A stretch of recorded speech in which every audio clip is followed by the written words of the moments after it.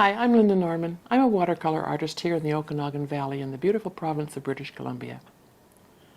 Today we're going to talk a little bit about the looseness of watercolor and how intuitive it can be. And this video is specifically for people who are maybe struggling a little bit with the looseness and allowing things to happen. So we'll take a little look at that and take you a little step further with your relationship with watercolor.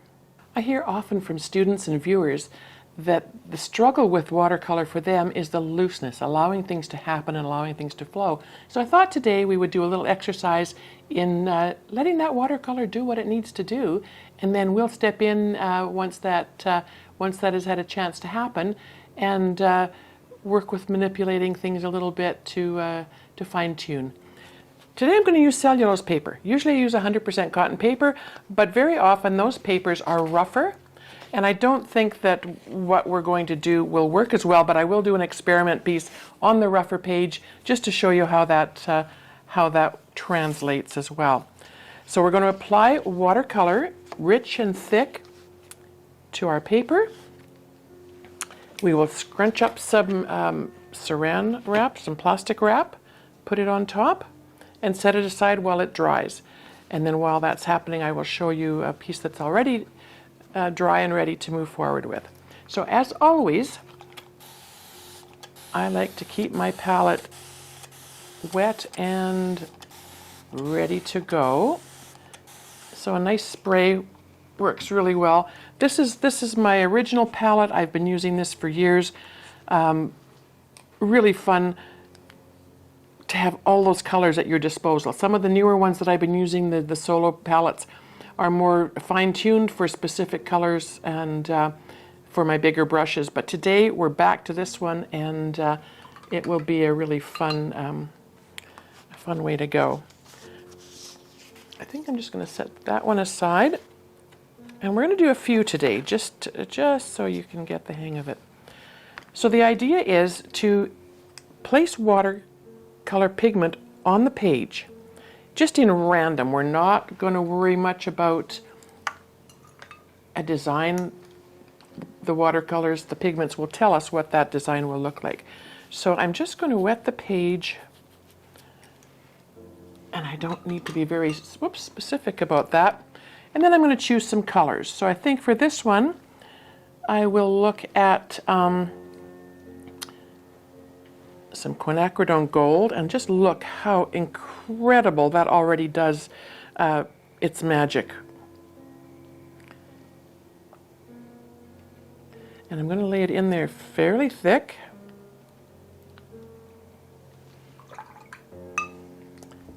And I think I like the undersea green with the quinacridone. I think it has a beautiful earthy look to it, and I'm just going to again just drop that in some places.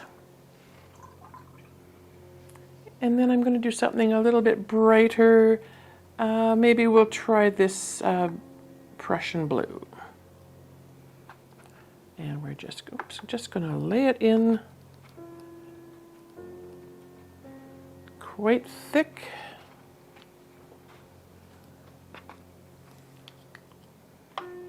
And then we will get our piece of saran wrap, plastic wrap. I give it a good scrunch, and then I'm just going to place it on top of my pigment. I do have a little book here. I'm just going to set this aside now while it dries. I should say you can move this around if you like, if you see something that needs to, that you would like to change, but I like for now to just let it be and do what it needs to do. So I'm going to set that aside. It doesn't take long for it to dry, and I don't always leave the plastic on until it's dried completely, because with the weight on top, that's going to take a longer time. So after about 10 or 15 minutes, I will take the weight off of it, and even sometimes remove the plastic wrap just to let the pigments dry more quickly on their own. So that was quinacridone gold, undersea green, and some Prussian blue. Let's try another one, and because we have Prussian blue on our paintbrush, let's start with that and put a different color scheme together. So let's do some Prussian, and just the way these pigments move is magical to me. I really could sit for hours watching things just work on their own. So this one, I think I want to put something, let's do a brighter purple in there, see what happens with that. Just a little bit there. And then maybe something a little bit brighter again. And you can see if you keep your palette juicy and wet, these colors will really work well. I just think maybe for balance we'll put a bit more of that purple on the corners. And again, a little bit of saran wrap. Some people use salt or other things for texture. That's not something I've worked a lot with. I'm not experienced as much with that. I don't think I'm as big a fan of that look, but it certainly has its place. I love that when you lay the saran wrap or the plastic wrap on, you get this almost jewel-like crystal effect that can be so, so beautiful. All right, so we'll set that one aside. Allow the magic to happen. A little weight on top just to hold it down. So we've done a beautiful jewel-toned blue and purple. We've done some with some gold and blue and green. So now let's try something a little lighter, perhaps. And this one is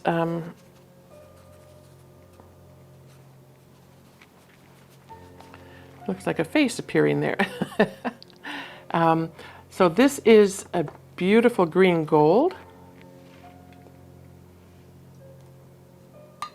And I'm using a larger brush for this one, so I want to get more color on there. So a green gold, and let's try a bit of moon glow. It's going to give us a real gray tone effect, but I think that for experimental purposes it has merit. And I can see that my palette is drying again a little quicker than I wanted for these purposes. So we'll just wet it a tiny bit and lay in a bit more of that beautiful, beautiful moon glow.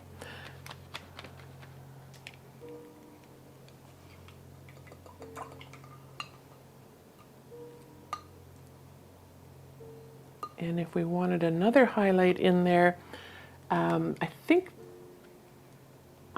think I would like to do an Aussie red gold just for fun. See what happens.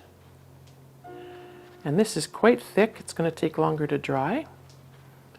And it's not quite as wet there. We could put some more moisture in there.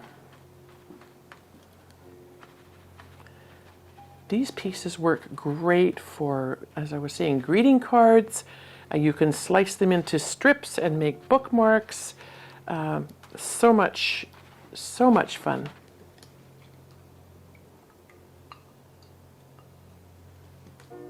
Okay. And one more piece of plastic wrap. And it's up to you how much you scrunch. You don't have to scrunch up your, I mean, you could lay it on that way and just allow the natural folds, the way it wanted to fall into place, to happen. So let's leave that one at that level, and get another little piece to cover it. Set that aside. for a few moments so it sets. And we'll go right on to this luscious piece of really beautiful 100% cotton handmade watercolor paper. And you can see, I hope, the texture in it. It's very rough. And for what we're going to be doing for next steps, this may not be quite as useful in terms of what we can use for our embellishments. But we'll see. We will try it. So I'm going to give it a fair bit of wet, and my brush has a bit of green on it, still from the last piece that we did, so I'm happy with that. That's going to give us just another level of interest.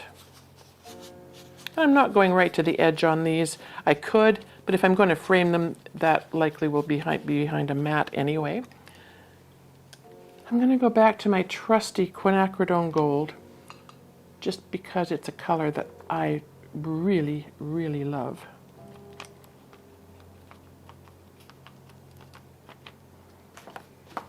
Oops. And I'll take a clean brush, and I'm going to go into my Mayan blue, another one of my trusted standbys. And you can see again how these pigments work on their own. Now what I'm noticing, pardon me, with this thick paper, the 100% cotton, is that it is absorbing the pigment and the water very quickly. So we'll see how that turns out with our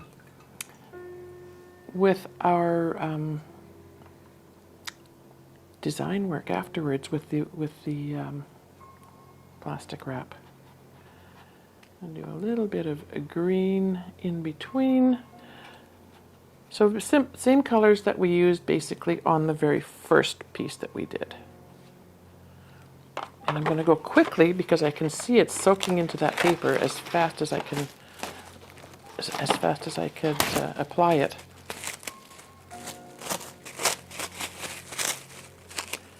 And we'll just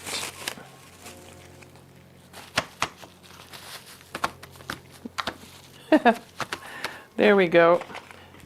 And the fun thing about this is, whoops, because it is quite random, you can add little pieces here and there. So I've missed a spot there, and this corner didn't get anything. And this corner actually looks like it's drying quite a bit. So I'm going to just give it a bit more green, and then because we can, I'm just going to add some gold into that green. See what's going to happen there. All right. Oops. All right. So we'll set this one aside as well.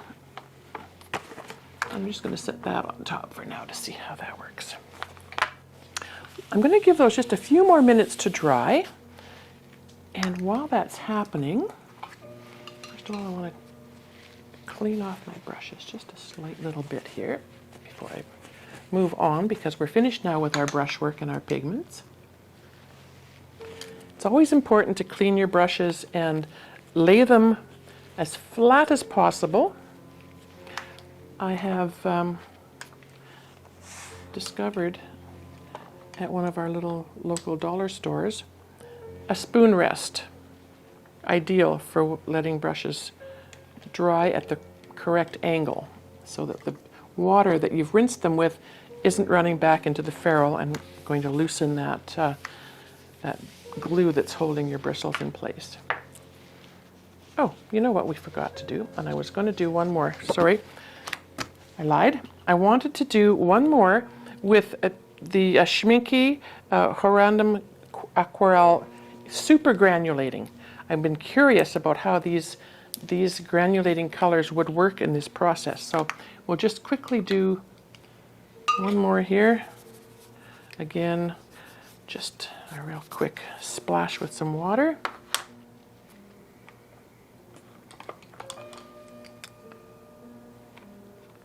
Look at these granulating colors. They've mixed different pigments, and so this one has a beautiful, rich, smoky gray with a sunny yellow, which is absolutely amazing. This one is called Super Granulating Tundra Violet, and we used this in a video a week or two ago, I think, in one of the canvas paintings. So you can get the super granulating pigments in little sets, and this has lots of golds, and this is a really pretty, I'll just show you the lid here. It's a schminky,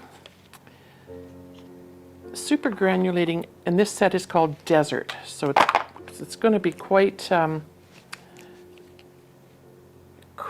earthy.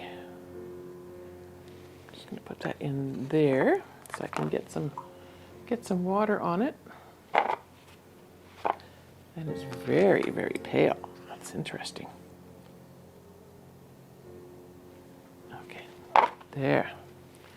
Get a little bit of that. This one is called Desert Orange. And I'm just going to put it straight in from the tube because I think I need to have that a little thicker. And then we'll put one more color on there. Let's hope we can find something that's a little bit darker. And this one is called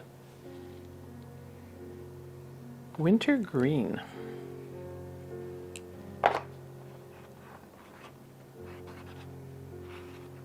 So we'll kind of do this in reverse. We'll put the pigment on because it's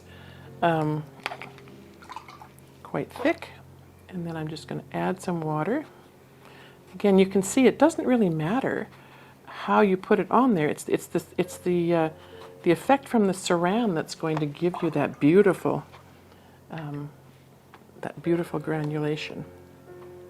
Okay, and then I'm going to go back to this one because I kind of like that gray. And we'll just give that a bit more on that side.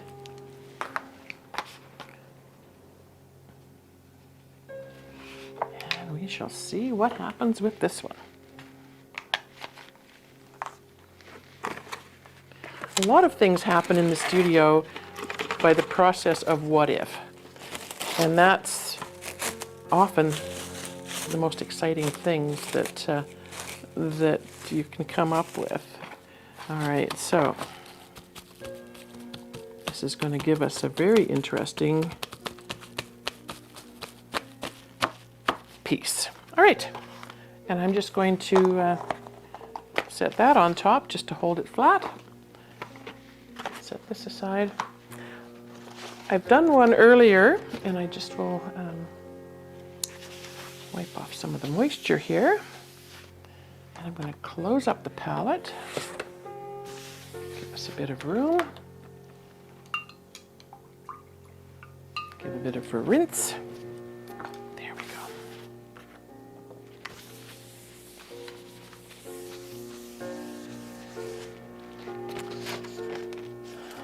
So this is one that I did earlier.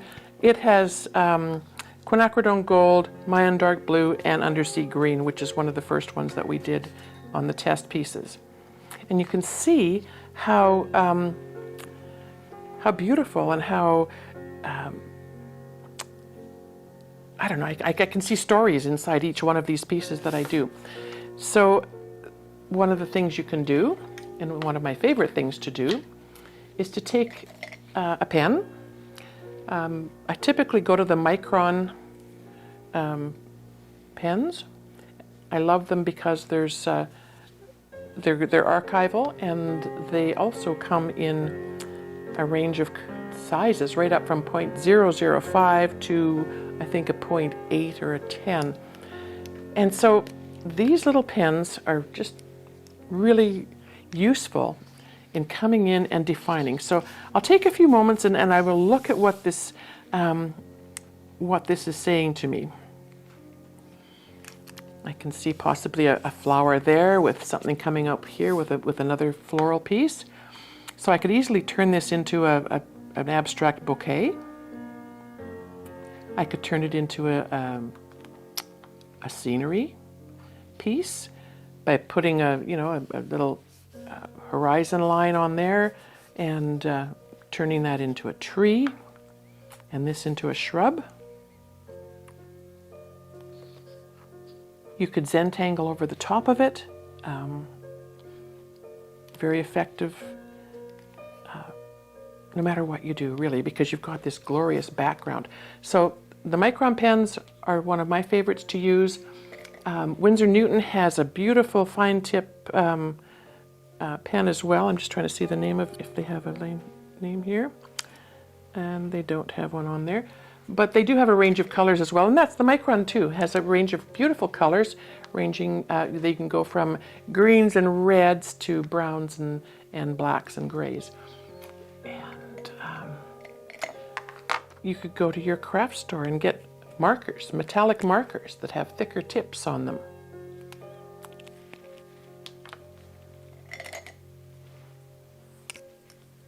Fine tip black marker. All really helpful. Colored markers. So there's any range that you want to choose from. Faber-Castell also has a pen. It's called a Pitt pen. It's archival as well, and they come in a variety of tip sizes. This is a medium, so it's going to give you a bit of a thicker line. Really, anything goes. There's a little fine gold pen that I really love, or you could. I didn't put it in here. You could just use a ballpoint pen. I mean, really, the sky's the limit. So what I want to do with this then, this is a micron 01. So it's a pretty standard fine tip pen.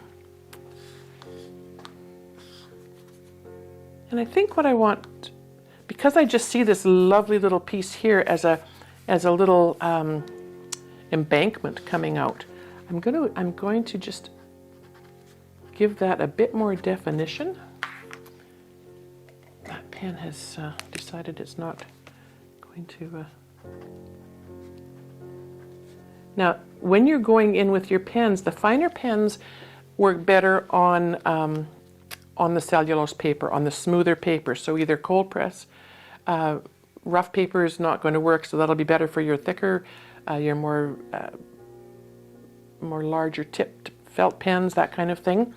So a hot press fine finish is easier for these smaller pens to work on, or your cellulose papers, which typically are not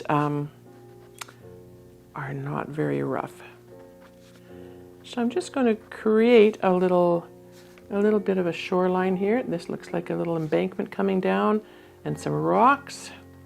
So I could go in and make these rocks a little bit more defined. So yeah, there's some rocks laying out on the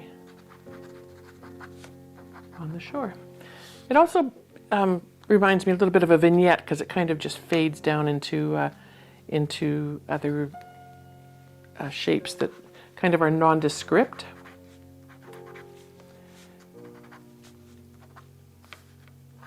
And this is going to be a big old, maybe this is just, it's going to be a great big old oak tree. So you could go in and make those branches. This would be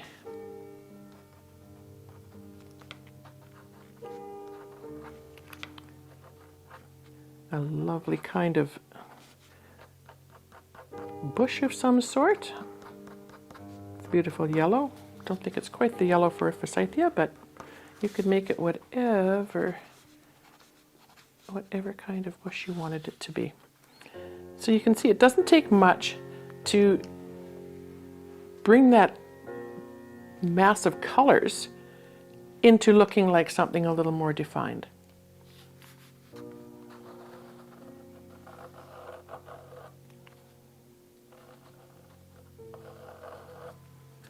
Okay. as I was saying, if you chose to do any kind of design, it would certainly work. It's nice to kind of follow along the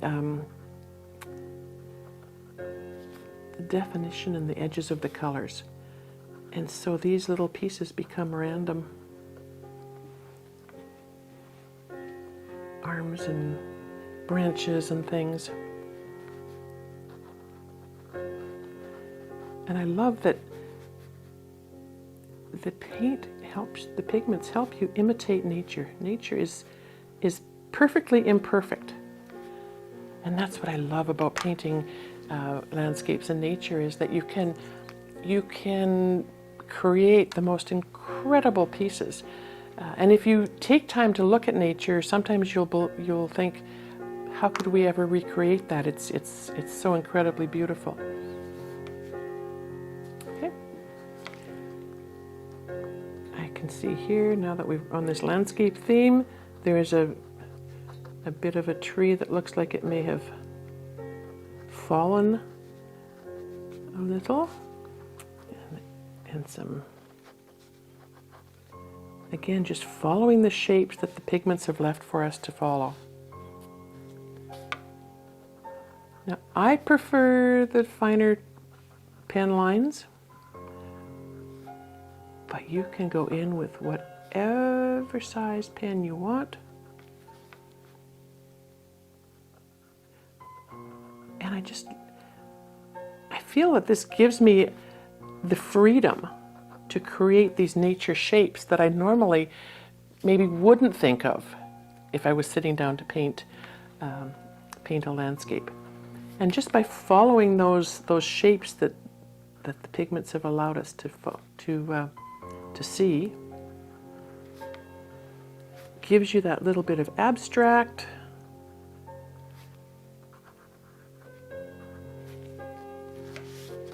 There's another line I can see coming out there, so perhaps another piece of the landscape coming, another level coming up from the back.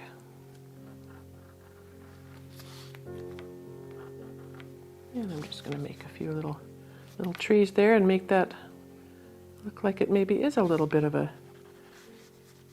inlet or an embankment happening in the background.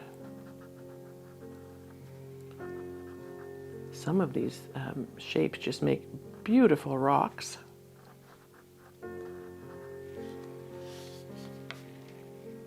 And again, we'll bring this in a little bit. There's another little inlet. There's perhaps another rocky part of a shore.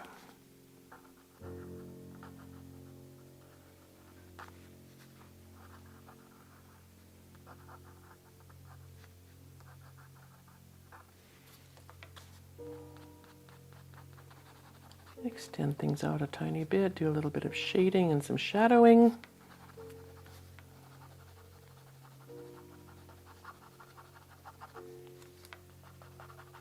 And hopefully you can see where this is heading. I'm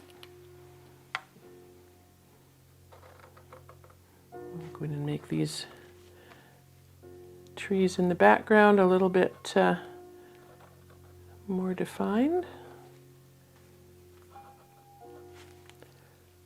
And that's kind of, I think, where I'll leave this for now, because I want to check on the other pieces that we've set aside. So I'm just going to set this aside for a moment, and we'll take a look at the very first piece that we set, which was this one. So we did the Prussian blue and the undersea green and the quinacridone gold. And you can see that didn't take very long to dry. It's still a bit dampish in spots. Now the fun thing also is that if you're going to be doing more of these, just save these and uncrunch them, and you can use them over again. Once the paint is dry, a little bit of that dry paint on there will reactivate. That just adds for an extra shadow, an extra depth of color in your piece. So this one is going to take a little bit longer to dry, but we'll leave it without the plastic wrap on it and let that sit for a moment. Let's go to our next one and have a look. This was the jewel tone with the purples.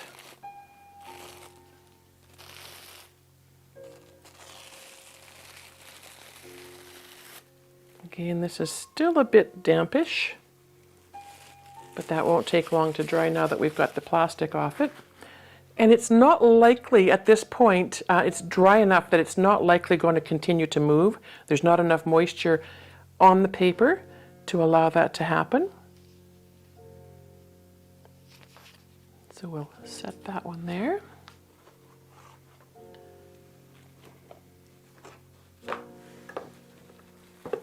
I love these. It's like doing the eco pages where you boil leaves and you unwrap them, and it's like opening a gift every time.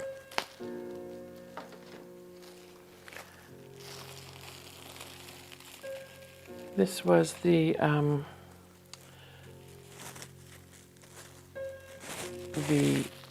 Mayan dark blue, the undersea green, and a bit of the Aussie red gold, which gives you that more rich texture.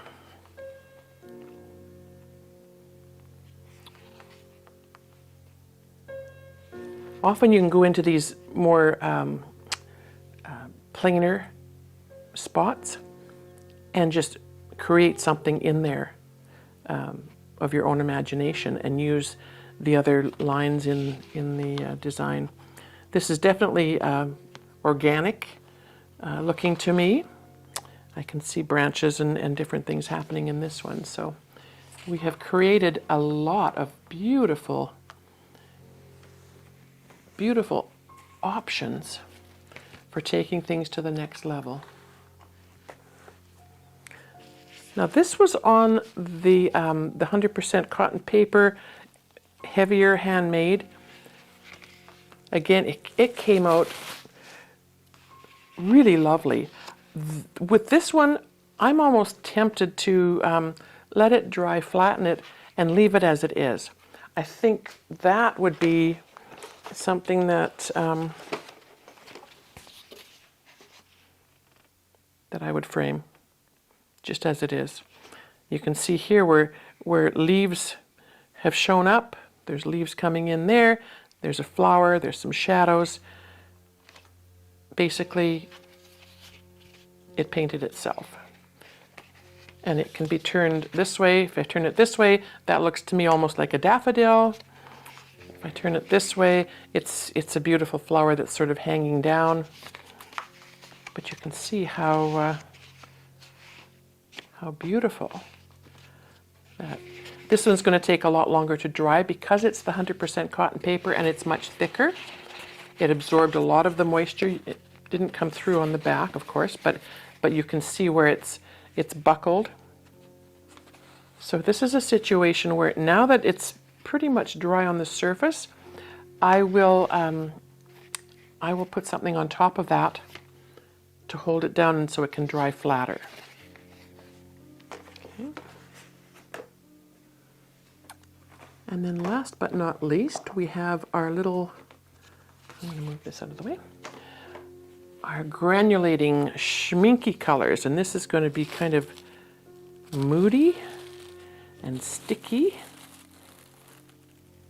But again, really, really interesting.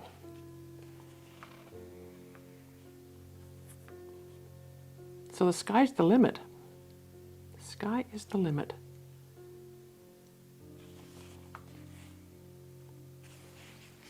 Turn this way, it looks almost like an abstract flower. I could see an odd bud coming off this side, and then these swirls in here look almost like the rolls in a rose as it comes down.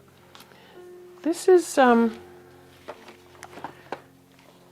quite thick still, and I just want to see what would happen if I was to dab off some of that. Just lighten it up a tiny bit and give you yeah, a better idea of what the design will be. So it looks to me like perhaps a mysterious forest. I can see trees coming up in the background when I turn it this way.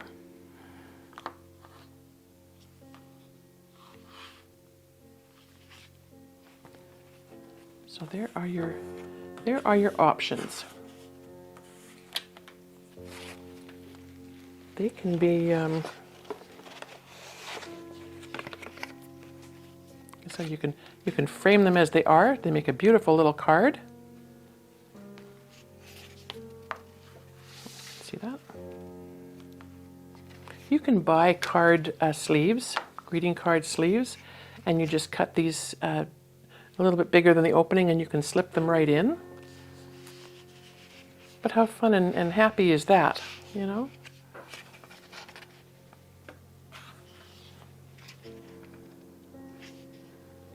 This one I can see, I'll turn it this way. I can see things happening there with floral effects. This almost looks like it could be a birch tree with all these beautiful markings coming up. So it could be an abstract tree coming up. It could be a palm tree. It could be anything your imagination decides it can be. Yeah, it's just beautiful. This is much more delicate, but again, beautiful, botanical.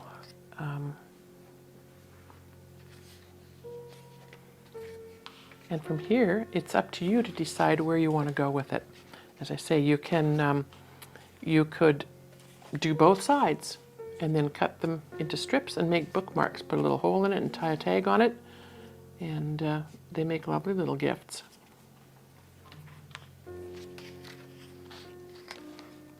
This, even on its own, framed, has some potential, I think. There's some really interesting designs. So the deeper the pigment, the more lines will show up, especially if you were to leave the plastic wrap on for a longer period of time, perhaps. You might get a more strong design. But for what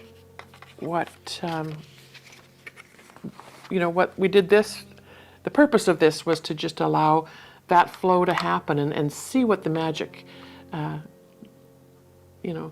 is that happens when you're really not paying attention. Just putting the pigment down, some plastic wrap, setting it aside, and coming back to it and making it what you want it to be. So I hope you've enjoyed this. Let's take it a little further. Send me your ideas. Show me what you've done. I'd love to see them. I'd like to thank the Process Art Discovery audience for joining me here today. If you like what you've seen, please subscribe to the channel.